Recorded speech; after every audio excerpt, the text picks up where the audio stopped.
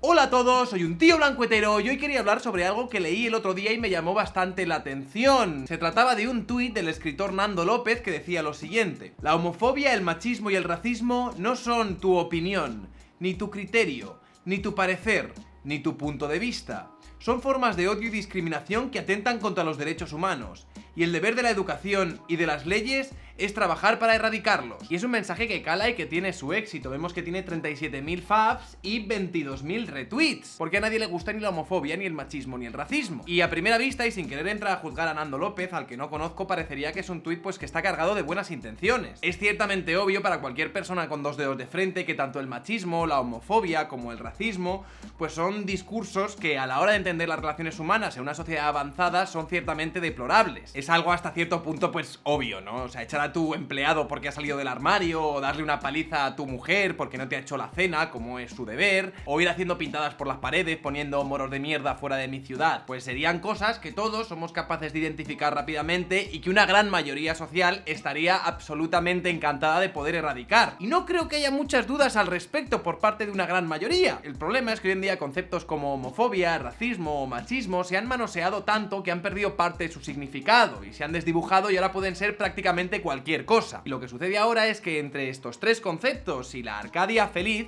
pues hay una línea de grises con muchísimos matices. Y es en esa línea de grises, Nando López, donde está el problema y donde chocan los discursos y aparecen distintas opiniones, perspectivas y otros puntos de vista. Porque lo que respecta a la homofobia, el machismo y el racismo, una vez alejados de lo más obvio, ¿quién decide qué es qué? ¿Sería homófobo, por ejemplo, discutir acerca de si el COGAM es una cohorte de gorrones sectarios, por ejemplo? ¿Sería machista no estar de acuerdo con las políticas de cuotas? ¿Es una forma de expresión racista decir que la inmigración descontrolada puede acarrear problemas sociales? Porque realmente creo que podríamos encontrarnos argumentos racionales y críticos para respaldar estas proposiciones que acabo de hacer. Sin embargo, pues muchísima gente deshumaniza y no tarda ni un segundo en tildar de machista, en tildar de racista, en tildar de homófobo a cualquier persona que sostenga unos argumentos parecidos a los que acabo de nombrar. Y serían ellos pues los que definen qué es la homofobia, qué es el racismo, qué es el machismo. Encontramos pues que hay ciertos matices en función de cómo la gente entiende o interpreta estos tres conceptos que has mentado. Claro, porque si un grupo de gente define que machismo, homofobia y racismo son todas aquellas ideas que se salgan un poco de su línea de pensamiento y de ahí pasan a la proposición de tu tuit de que la homofobia, el machismo, el racismo no son tu opinión, ni tu criterio, ni tu parecer, ni tu punto de vista, sino que son formas de odio y discriminación que atentan contra los derechos humanos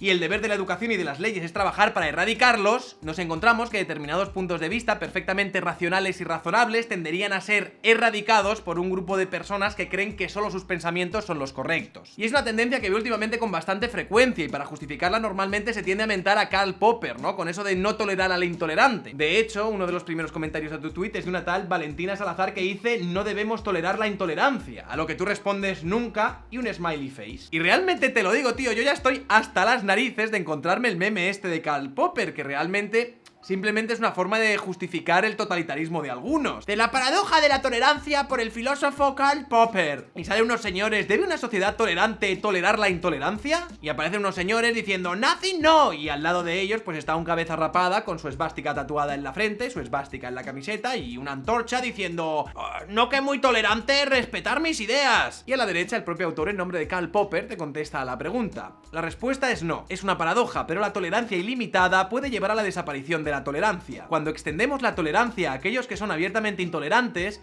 démosle chance. Y aquí vemos lo que parece una caricatura de Paul von Hindenburg diciendo que habría que darle pues una oportunidad a Hitler. Cuando extendemos la tolerancia a aquellos que son abiertamente intolerantes, los tolerantes terminan siendo destruidos y la tolerancia con ellos. Cualquier movimiento que predique la intolerancia y la persecución debe estar fuera de la ley. Por más paradójico que sea, defender la tolerancia exige no tolerar lo intolerante. Está un poco cogido con pinzas. Y estoy un poco harto de que este meme y esta forma de entender la realidad se instrumentalice para intentar censurar algunos discursos que no le gustan a ciertas personas. Y me parece gracioso porque a partir de este meme apareció otro que me parecía mucho más preciso. Se decía así: la verdadera paradoja de la tolerancia por el filósofo Karl Popper. Que sale el señor este con respecto al anterior cartel diciendo: ¡yo nunca dije eso, señores! Dice: Popper defendía que la sociedad a través de las instituciones debería prohibir a los intolerantes. Una tolerancia ilimitada puede llevar a la desaparición de la tolerancia. Entonces, para Popper, ¿quién es el intolerante? Intolerante no es aquel que usa la razón y los argumentos. Intolerante es el que usa como argumento la violencia. Y al final nos dice algo bastante interesante. malinterpretar esta paradoja es peligroso, porque basta con que un grupo mayoritario declare intolerante a otro para prohibir así sus ideas. Es precisamente lo que veo todos los días por redes sociales. Y yo entiendo que mucha gente se deje llevar por un meme en lugar de leerse La sociedad abierta y sus enemigos, porque un meme pues es mucho más expresivo y mucho más fácil de utilizar. ¿Dónde va a parar? Y no te tienes que leer un libraco escrito en los años 40. Joder, si hubiese otra forma para poder cotejar esto sin tener que leerme todo el libraco. Madre mía, déjame pensar, déjame pensar. ¡Oh, vaya!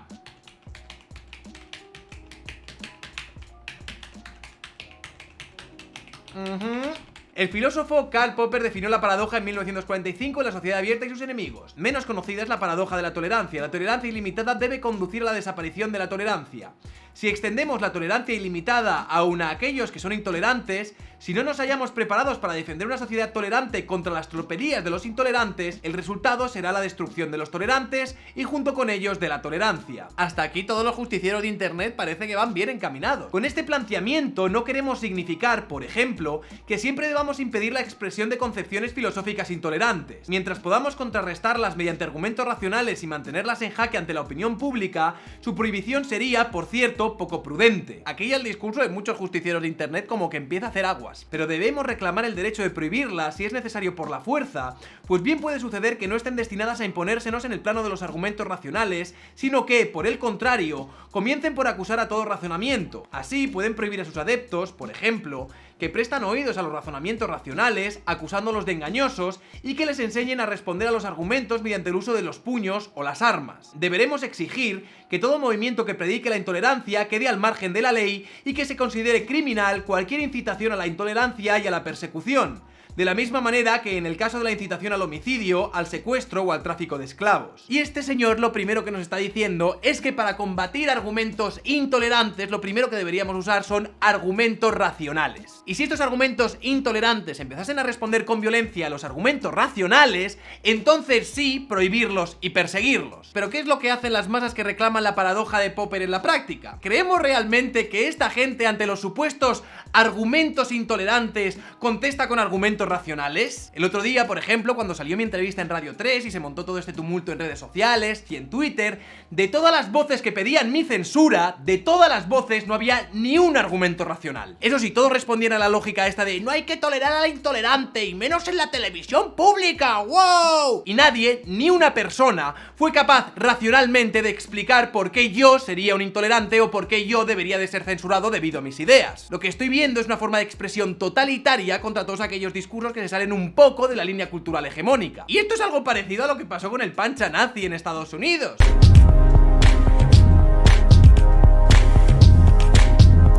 ¿Quién no le quiere pegar un puñetazo a un nazi? O sea, a priori parecería algo súper justificado, ¿no? Quieren invadir Europa, quieren aniquilar a los judíos, pancha nazi, tío. Pero ¿quién coño en la América del siglo XXI define qué es un nazi? O sea, ¿qué sucede cuando los nazis son aquellos que yo decida que son nazis? ¿Qué sucede entonces?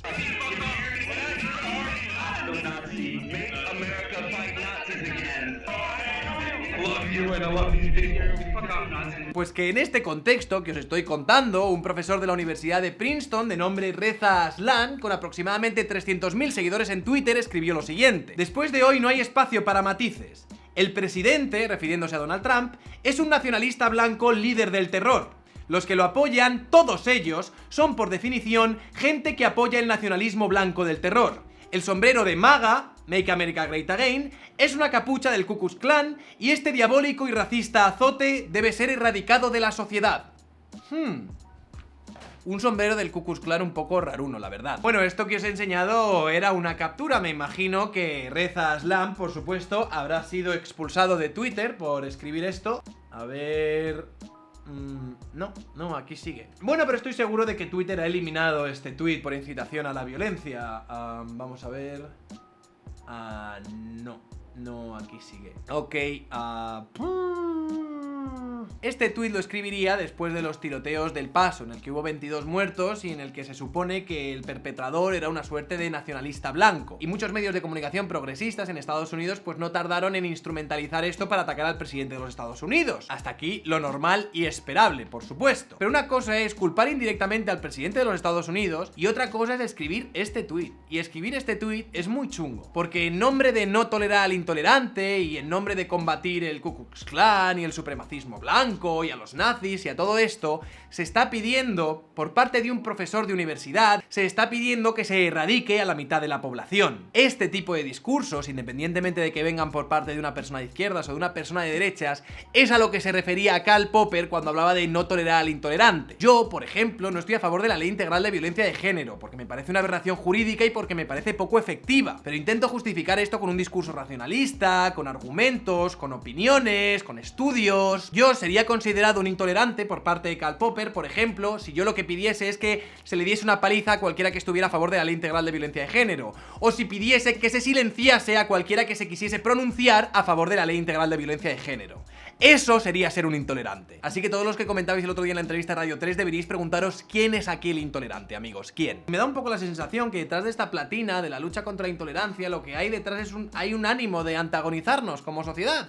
Hay un ánimo de crear buenos y malos, y hay un ánimo de identificar a los malos y destruirlos por todos los medios posibles. Y hay una historia que cuenta en un capítulo del libro este The Colding of the American Mind, que me ha parecido muy interesante. El capítulo se llama La mentira del nosotros contra ellos. La vida es una batalla entre la gente buena y la gente malvada. Y la historia que cuenta habría sucedido en octubre de 2015 en el Claremore McKenna College, que está cerca de Los Ángeles, y básicamente empezaba con una estudiante de nombre Olivia, cuyos padres pues eran emigrantes de México, que se habían ido a California, y que básicamente pues escribió un ensayo sobre cómo se sentía oprimida dentro de su propia universidad. Y esta chica se dio cuenta pues de que sus coetáneos latinos estaban más representados en puestos como el del jardinero, el encargado de la cafetería, el camarero, que en otros puestos como el de profesores titulados o los decanos, etcétera, etcétera, etcétera. Y la chica, pues siguiendo el buen manual postmoderno, llegó a escribir que el clima de nuestro campus y la cultura institucional están fundamentados primariamente en los valores de la normatividad occidental blanca y heterosexual de clase alta o clase media alta. El caso es que su ensayo llegó hasta manos de Mary Spellman, que era la decana de la universidad y que estaba muy preocupada por la diversidad y lo que estaba sintiendo en esos momentos esta estudiante. Así que Mary Spellman, decana de los estudiantes, la contestó de la siguiente forma: gracias por escribir y compartir tu artículo conmigo.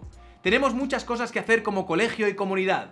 ¿Estarías dispuesta a hablar conmigo de vez en cuando sobre este tipo de problemas? Son importantes para mí, y el decanato de estudiantes estamos trabajando en cómo podemos servir mejor a los estudiantes, especialmente a aquellos que no encajan en el molde de la universidad.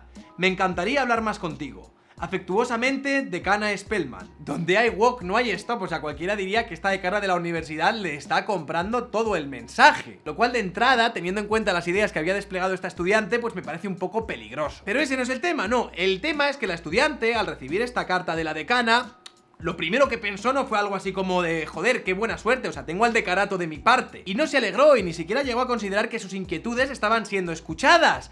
No, ¿qué es lo que hizo en su lugar? En su lugar decidió indignarse. ¿Y por qué se indignó? Os estaréis preguntando, teniendo en cuenta esta respuesta. ¿Cómo te puedes indignar con una respuesta como esta? Pues por la frase en la que hablaba de que el decanato de estudiantes estaba trabajando en cómo podía servir mejor a los estudiantes, especialmente a aquellos que no encajan en el molde de la universidad. A esta chica le pareció inaceptable el uso de la palabra molde, como lo oís. El uso de la palabra molde era inaceptable. Y aquí Jonathan Haidt nos habla en el libro de un principio filosófico que todos tendemos a romper constantemente, por desgracia, que es el principio de caridad, que consiste en intentar entender lo que dice el otro de la mejor y más razonable forma posible, en lugar de la peor y la más ofensiva que te puedas echar a la cabeza. El estudiante en cuestión, en lugar de intentar empatizar y entender lo que le estaba queriendo decir la decana, en un mail, por cierto, hiper amistoso, en el que encima la decana la invitaba a ella a trabajar para intentar resolver los problemas de los que se estaba quejando. En lugar de eso, esta estudiante compartió el mail de la decana por Facebook diciendo: por lo visto no encajo en el molde de la universidad, sois libres de compartirlo. ¡Pum!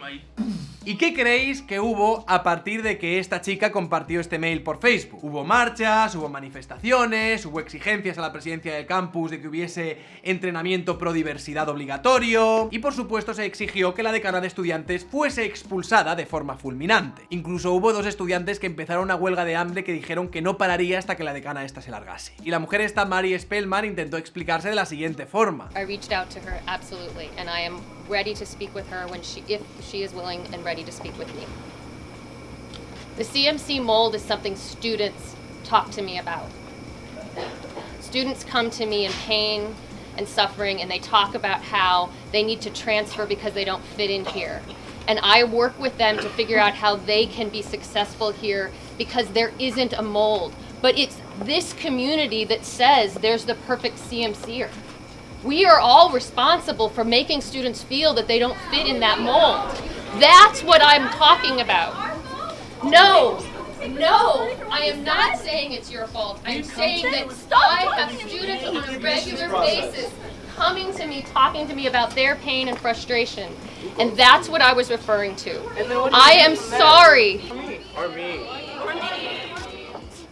Again, I apologize that my poor words made the message that I was trying to send and my offering of support to a student on these very issues made it impossible for that student and many of you to feel like you can come to me. And I will reiterate, I am committed, as I have always been, to support students of all backgrounds, of all needs and interests, and I will work to continue to change this institution.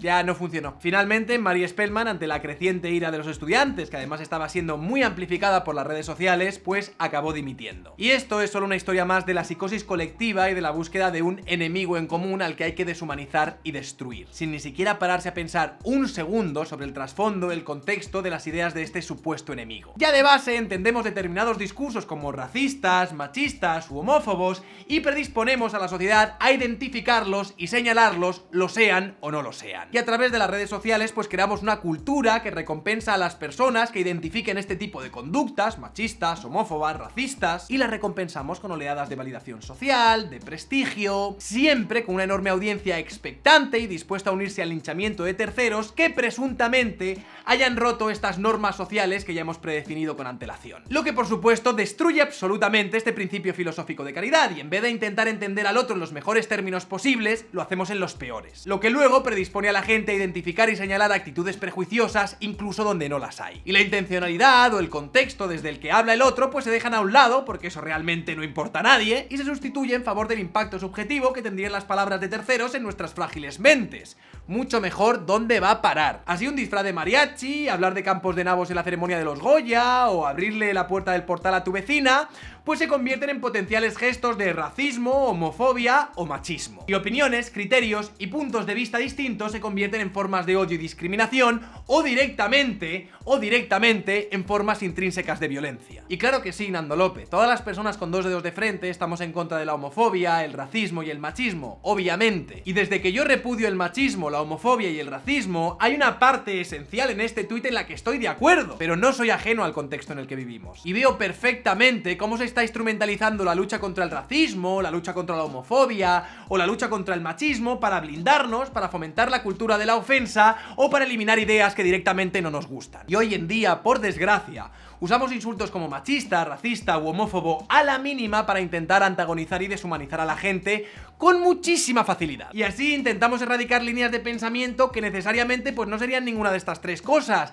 pero simplemente son líneas de pensamiento con las que no sabemos lidiar. Por lo que, Nando López, y estando en líneas generales de acuerdo con lo que has dicho en tu tweet, te digo que antes de hablar de erradicar opiniones, criterios, perspectivas y puntos de vista, creo que como sociedad debemos tener una conversación madura, honesta y crítica sobre qué es y cómo acotamos los conceptos de racismo, machismo y homofobia. Porque estos tres conceptos, mal que me pese, se están convirtiendo en etiquetas del todo a 100 que se usan para intentar silenciar y prohibir discursos incómodos para algunos, pero que son perfectamente racionales. Soy un tío blanco hetero, dale like si te ha gustado el vídeo, compartid y suscribiros al canal. Quiero dar las gracias a toda la gente que me sigue, a los que compartís mis vídeos, a los que compartís mis vídeos por Twitter, ahora que ya no estoy ahí, a los que me apoyáis por PayPal y a los que me apoyáis por Patreon, a mis privilegiados, opresores, machirulos, señoros y otros tíos blancos hetero.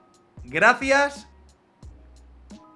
No podía hacer esto sin vosotros. Y quiero daros las gracias también por la reacción que hubo el otro día al vídeo sobre mi entrevista en Radio 3. Me hizo muchísima ilusión que ante un linchamiento y mogollón de comentarios negativos e insultos se respondiese con comentarios positivos y constructivos y alabando el trabajo de estas dos chicas que en ese momento estaban siendo linchadas. Me escribieron, por cierto, para darme las gracias, algo que os extiendo a vosotros. Por cierto, ¿qué os pareció Paginowski el otro día en el directo? Me parece un personaje que flipas, Paginowski. A lo mejor dentro de poco empezamos él y yo una nueva sección que sería algo mensual y en el que hablaríamos pues de cultura de internet y de distintos eventos que podrían estar relacionados con la temática del canal y que me parecen muy interesantes. También deciros que David Bros, que es el chico este que vino de Chile y que había sido denunciado en falso por su hijastra, ha abierto un weblog, un canal de YouTube y un crowdfunding Desde aquí os pido a todos que por favor le echéis un vistazo, os dejaré los links en la descripción. Su historia es durísima.